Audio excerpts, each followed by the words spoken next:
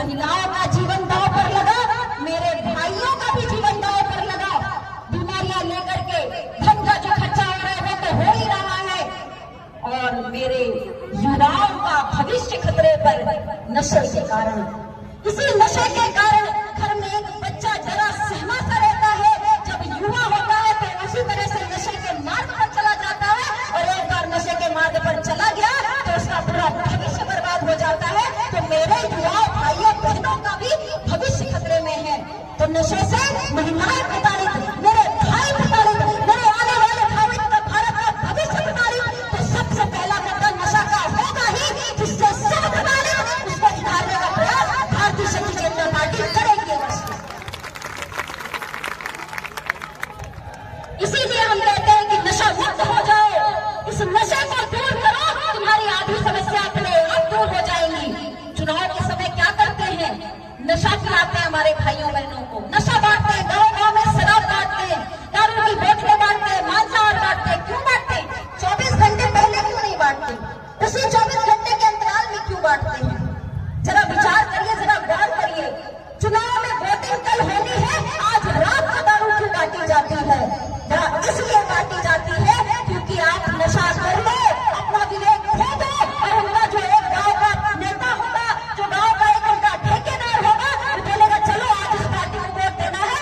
आपको समझ ही नहीं, आपको होश ही नहीं, आप अपना निर्णय लेने लायक ही नहीं, तो जाकर के उन्हीं भ्रष्टाचारी पार्टियों पर वोट डाल करके उन्हें जिता देते हैं। तो जब नशे से सब कुछ बर्बाद होता है तो हमारा पहला मुद्दा नशा होता है। दूसरा मुद्दा हमारा होता है स्वास्थ्य। आज स्वास्थ्य विभाग में किसी भी क्षेत्र पर देख लीजिए, किसी से छुपी हुई बातें नहीं है।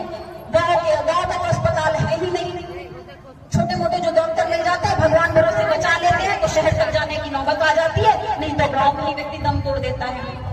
किसी तरह जाकर के सरकारी अस्पतालों में जाते हैं तो इलाज नहीं, समय से डॉक्टर नहीं, टेस्ट हो नहीं पा रहे, जानकारियां कुछ मिल नहीं पा रही, एक एक कमरे में 4-4, 10-10 मरीज भी बैठाए हुए हैं, एक की बीमारी दूसरे पर फैल हो रही पहुंच रही है, जो साथ में गए हैं वो अलग से बीमार पड़ रहे हैं।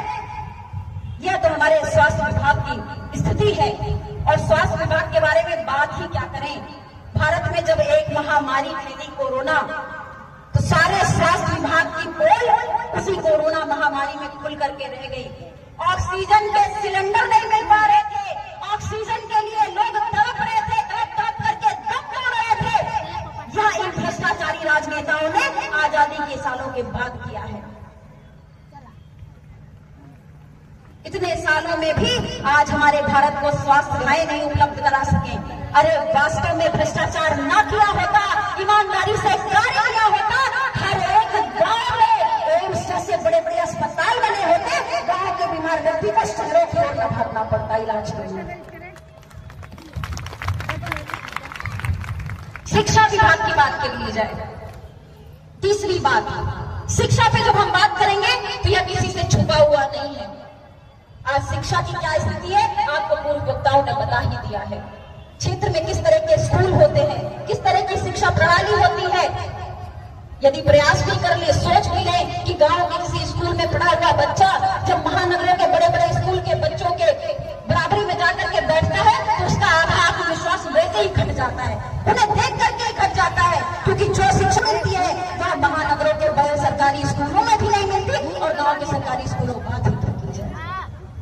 किसी भी क्षेत्र में यह कार्य नहीं कर रहे। क्या केवल चुनाव में इनका पूरा फोकस है? कैसे कैसे चुनाव आए, कैसे कैसे जनता को मूर्ख बनाए, उनसे वोट लेकर के केवल सत्ता हासिल कर ले। और यह सभी भ्रष्ट पार्टियों की बात हो रही है। कुछ समय पहले लगा था कि शायद सत्ता परिवर्तन होगी तो अच्छे दिन आ जाएंगे। सत्ता परिवर्तन हुई, आवश्यक था हमने कि सत्ता परिवर्तन हो, क्योंकि कांग्रेस ने जितने भ्रष्ट होकर के इस देश को खोखला किया है उतना किसी अन्य पार्टियों ने नहीं किया। मगर सत्ता परिवर्तन के बाद भी हमें निराश होना पड़ा। सत्ता परिवर्तन के बाद भी जो जमीनी स्तर पर कार्य होने थे वह कार्य नहीं हो पाए। भ्रष्टाचार को समाप्त नहीं किया जा सका, जाति भेद छुआछूत को समाप्त नहीं किया, लोग सुविधाएं नहीं प्रदान की जा सकी। और आज शिक्षा के क्षेत्र में जो सबसे बड़ा दुखदायी कार्य हो रहा है, हमारे युवाओं के भविष्य के साथ खिलवाड़ बार। लाखों लाखों युवा मेहनत करके दिन रात प्रयास करके परीक्षा देने के लिए जाते हैं और उनका सपना टूट जाता है जब अगले दिन अखबार में पढ़ते हैं कि पेपर लीक हो चुका है। उनके पास क्या बचता है? पैसे लगा करके कर्ज लेकर के वो स्कूलों में दाखिला लेते हैं, मेहनत लेते हैं कि हमें एक कम से कम भ्रष्टाचार मुक्त प्रणाली के माध्यम से शिक्षा का आगे के लिए नौकरियों का द्वार तो मिलेगा, मगर इन भ्रष्टाचारों ने बच्चों युवाओं के भविष्य को भी नहीं छोड़ा। लाखों लाखों भाइयों बहनों का युवाओं का भविष्य इस पेपर लीक करने वाले लोगों ने दांव पर लगा दिया है। सरकार कुछ नहीं कर पा रही। हम जांच कर रहे हैं, हम जांच कर रहे हैं। अरे कब तक जांच करोगे? एक व्यवस्था क्यों नहीं बनाई जाती? पेपर लीक होने वाले दोषियों को फांसी की सजा होनी चाहिए। जो भी पेपर लीक करे भविष्य के साथ खिलवाड़ करता है। एक पेपर लीक होता है, हजारों की संख्या में भाई बहन हमारे आत्महत्या करते हैं। उस हत्याओं का दोषी कौन है? और यदि दोषी है तो उन्हें तुरंत पकड़ा जाना चाहिए। फास्ट से फास्ट ट्रैक कोर्ट में कार्रवाई की जानी चाहिए और जल्द से जल्द उनको फांसी पर लटकाना जाएगा, जिससे कि तुम्हारा कोई बच्चों के भविष्य के साथ खिलवाड़ ना कर सके। महिलाओं की सुरक्षा के बारे में देख लीजिए, जमीनी स्तर पर क्या कार्य हो रहे हैं। आज हर दिन जिस भी दिन पेपर उठा लो, एक न एक महिला का शोषण। हर एक गांव में, हर एक जिले में, हर एक शहर में महिलाएं बलात्कार का शोषण हो रहा है। आए दिन घटनाएं सुनने को मिल जाती हैं। इससे बड़ा दुर्भाग्य क्या हो सकता है? उसी भारत देश में रहते हो ना, जहां कहा जाता था कि नारियां देवियां होती है, जहां नारियों की पूजा होती है वहां देवी देवता वास करते हैं। पहले नारियों का पूजन करने की जो बात कही जाती है वो उसी भारत देश में रह करके यदि आज भारत की नारियां सुरक्षित नहीं है तो धिक्कार है भ्रष्ट राजनेताओं पर, धिक्कार है भ्रष्ट पार्टियों पर। और कारण केवल भ्रष्टाचार।